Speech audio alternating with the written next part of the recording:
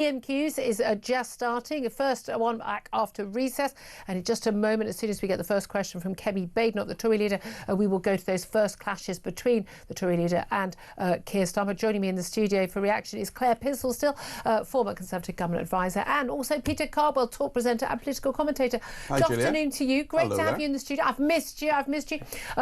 Keir Starmer's already on his feet answering always that rather pointless first question, and then the whole, I've got meetings later today, blah, blah, blah, blah, blah. Lots to talk about. So we've got the economy, we've got immigration, what's going on in the Middle East, the China spy case. I have a funny feeling that Keir Starmer might do a little bit of Palestinian recognition and a little bit of China spy case. What do you reckon? I think so, certainly. The Chinese stuff, obviously there's a statement yesterday, but there's a lot more to this, a lot of unanswered questions on why the Deputy National Security Advisor has been thrown under the bus on this. So and it does seem that every single time the government makes a statement about something, it's then completely questioned by anyone else in the know. So it's not going very well for them so far. Why are they protecting Jonathan Powell? That's what I want to know. Well, this is it. Jonathan Powell, of course, you know, I mean, putting the Blair band back together, Claire Pearsall. Yes.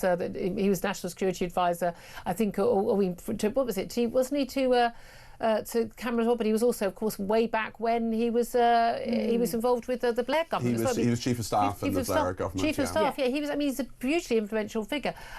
But they clearly do not want this man to have to go because they've lost so many serious people, and yet the finger keeps pointing at him over pretty much everything that goes wrong in government. Because the finger also pointed at him over the Peter Mandelson debacle as well. So his hands are not clean, and as much as he's an experienced person in government, he's also made a fair few mistakes in that time. So I think that it will be interesting to understand why it is they're protecting him. What is it that he knows that nobody else wants to get out? And I suspect there is some pretty deep dirt going on.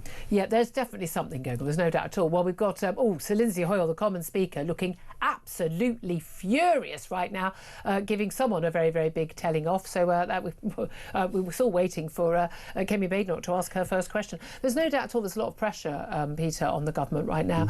Immigration. We've got Shahbaz Mahmood, the Home Secretary, sort of a meeting of Balkan leaders today, basically admitting that we've lost control of our borders. We've got Rachel Reeves, the Chancellor, sort of skulking over to Washington to the IMF summit after we've got some terrible figures on the economy. They're trying to talk them up, but basically you combine the two things: immigration, huge number of people, a couple of million more people arriving in the country, of low-skilled migrants, and our growth figures on GDP. Oh, what a surprise! We've got the lowest growth per head of the population in the G7, the richest countries.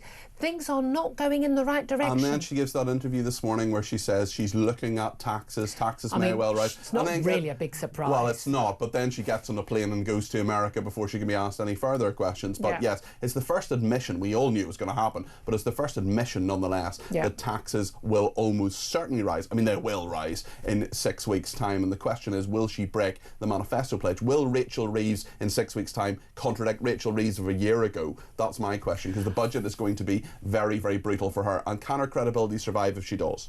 What do you mean, can her credibility survive? Can any credibility that's left survive? Long. I mean, genuinely, it's actually embarrassing. I mean, you actually see her speaking, and I'm actually at the point, Claire, with Rachel Reeves, where I almost want to give her a hug.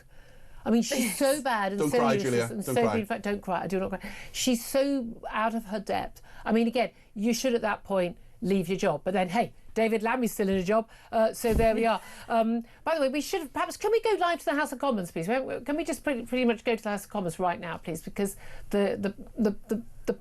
the Prime Minister Keir Starmer has accused the Conservative Party of baseless accusations surrounding the government's handling of the China spy case, telling the House of Commons, "I'm deeply disappointed by the outcome. We wanted to see prosecutions." He says, "I know just how seriously rightly you take these matters. National security will always be the first priority of this government. We will always defend against espionage. In recent weeks, there have been baseless accusations put about by the party opposite." Let's go live to what he's got to say. I shall have further such meetings later today. Thank you, Mr. Speaker. Last week I visited Rayner, a world-leading provider of cataract solutions based in Worthing. Right, we've managed to miss that bit of the statement. We've now got the utterly pointless first question. We will leave it for now. Look, that's quite interesting, isn't it?